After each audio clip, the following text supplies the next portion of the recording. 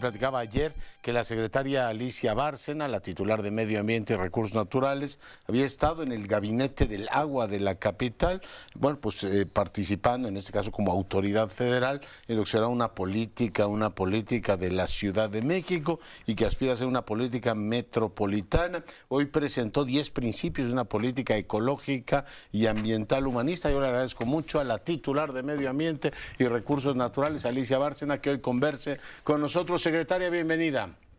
¿Cómo está, doctor Curcio? Qué gusto saludarlo. Feliz de tenerla y bueno, pues nuevamente felicidades por este nombramiento. ¿Por qué no le cuenta al auditorio cuáles son estos principios, secretaria?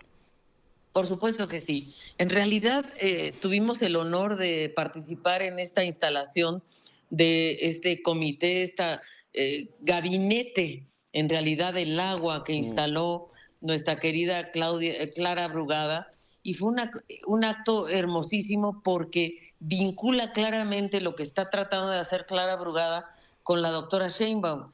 Y es este rescate importantísimo del sistema hidráulico, hidrológico de la Ciudad de México, del Estado de Hidalgo y del Estado de México. Y eso lo estamos intentando lograr a través de este rescate del río Tula, en realidad, que no puede ser que la Ciudad de México le mande todas las aguas sucias al Estado de Hidalgo. Y entonces tenemos que crear un sistema circular entre Hidalgo y la Ciudad de México para poder lograr este saneamiento, ojalá a fondo, del río Tula, que finalmente va a ser el que nos va a brevar a la Ciudad de México en el futuro. Y entonces se está creando este gran programa con una visión de cuenca, con una visión regional, con un ordenamiento ecológico del agua, que me parece que es muy importante. Y por eso participar para mí en el Gabinete del Agua con Clara Brugada fue muy importante porque estamos trabajando Ciudad de México, Estado de Hidalgo y el Estado de México, y también Morelos, porque finalmente entre Morelos, el Estado de México y la Ciudad de México tenemos el bosque de agua, por ejemplo, porque no podemos solo mirar el saneamiento de los ríos, que sí es un tema importantísimo, pero también las cabeceras de cuenca, cómo reforestamos, cómo recuperamos lo que yo le llamaría el agua verde, el agua que está en los bosques, en los suelos, que es de gran importancia. Entonces, Una mirada integral. Exacto, y no se trata solo digamos, de dónde viene el agua, no son tuberías, no son solo instalaciones hidráulicas, sino también la visión ecosistémica de cuencas, y creo que eso es lo que estamos intentando, y me gusta mucho lo que estamos haciendo porque estamos tratando, nadie dice que lo vamos a lograr, pero tratar de restaurar los ríos más importantes y las cuencas prioritarias de México. Me parece que la doctora Sheinbaum nos ha indicado 3. Nos ha indicado el río Tula, Lerma Santiago y Atoyac. Yeah. Y por supuesto para nosotros muy importante el río Santiago Bacanuchi, que está, obviamente, perdón, el de Sonora Bacanuchi, perdón, que está en el norte, para nosotros es prioritario. Oiga, en muchas tesis se están haciendo en el Colegio de Defensa, en el Centro de Estudios Superiores Navales, se ubica el agua así como en el primera de las prioridades de la Agenda de Seguridad Nacional de este país, secretaria. Claro, por eso el que Clara Brugada ha instalado como segundo gabinete, el primero fue el Gabinete de Seguridad de la Ciudad de México, el segundo fue el del agua. Entonces, ahí se ve la clara prioridad que se le está dando al tema, y la doctora Sheinbaum, que ha planteado que si logramos sanear estas 3 cuencas, Tula, Lerma, Santiago y Atoyac, que forma parte, por supuesto, del Balsas, creo que podemos realmente hacer un avance histórico en materia de saneamiento de agua, con una visión de cuenca, de una visión hidrológica. Sí es cierto que tenemos que empezar por entender de dónde vienen las descargas y cómo logramos, porque fíjese una cosa, querido doctor, nosotros en el Valle de México somos un lago, fuimos un lago, ¿no? Y por lo tanto siempre tratamos de sacar el agua del Valle de México, ¿no? Resulta que no es por ahí. El agua siempre, si lo manejamos bien, el agua va a ser bondadosa y va a ser un privilegio tenerla, pero si lo manejamos mal nos puede hasta destruir.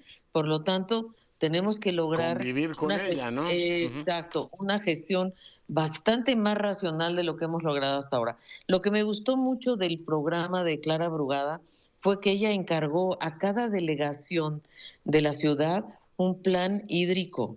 Y eso me gustó muchísimo, porque si logramos que sea de abajo para arriba y no siempre desde las decisiones centrales o federales, sino realmente entender cuál es la problemática de la ciudadanía, Mm. creo que podemos avanzar mucho. Y Secretaria, el por otro eso me día entusiasma. leía un texto sobre este tema de cómo medir la pobreza y decía que el acceso a un medio ambiente sano es también una forma de reducir la pobreza. ¿Usted compartiría ese enfoque?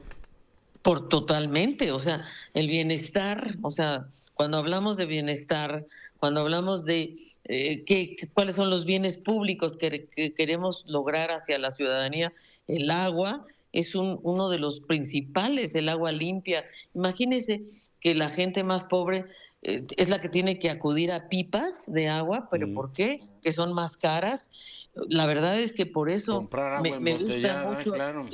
Exacto. Entonces tenemos que lograr captar el agua de lluvia, tecnificar, o sea, no solo es tuberías y obras hidráulicas, eso también es importantísimo, pero en la Ciudad de México, que llueve tanto, tenemos que lograr captar esa agua de lluvia, lograr zonas verdes. El lago de Texcoco, por cierto, es un lugar de humedales en donde se puede tratar el agua, por cierto, y podemos, o sea, y, llevar el agua a los acuíferos, o sea, volver a recargar acuíferos, que eso en nuestra ciudad lo está pidiendo a gritos. Además, un cuerpo de agua bien gestionado puede ser también estéticamente una maravilla, ¿no? Y turísticamente tener Exacto. implicaciones.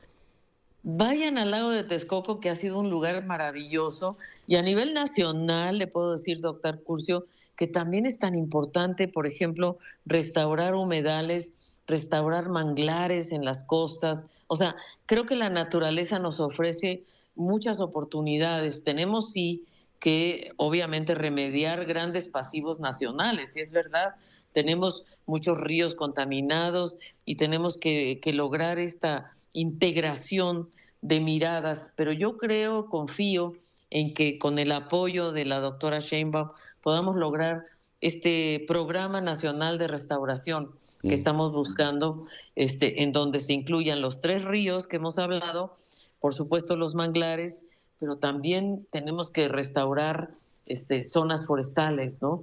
Porque resulta que el bosque y el agua están muy relacionados, o sea, no los podemos dividir, no los podemos separar. Sí, Y muy bien. también el agua, o sea, en realidad, si podemos restaurar cuencas, costas, etcétera, también estamos haciendo un programa de prevención a desastres. Ya. Es decir, los fenómenos naturales van a seguir ocurriendo, los huracanes, etcétera, pero si tenemos barreras naturales como los manglares, los bosques, etcétera, pues obviamente podemos proteger mejor a la Lo población. hemos aprendido lamentablemente en carne propia. Oiga, es por supuesto interesante ver que la presidenta está considerando ir a Bakú, a la COP, o sea, le piensa dar mucho más relieve a la agenda ambiental, que tiene muchos elementos, pero en este caso, pues dijo que lo estaba considerando, secretaria. Sí, bueno, y además anunció que quizá yo pudiera ir a Bakú. Bakú va a ser muy importante, es la COP29. Obviamente ahí están buscando, Azerbaiyán está buscando, los azeríes están buscando que podamos vincular las 3 convenciones que se llama el Río Trío, que es donde estaría biodiversidad, cambio climático y desertificación, que es verdad que están combinadas, pero también se está buscando que los países desarrollados cumplan con los compromisos de financiamiento para que los países en vías de desarrollo puedan lograr esta transición energética que es costosa y Claro. por lo tanto necesitamos realmente vincular medio ambiente, sociedad y economía.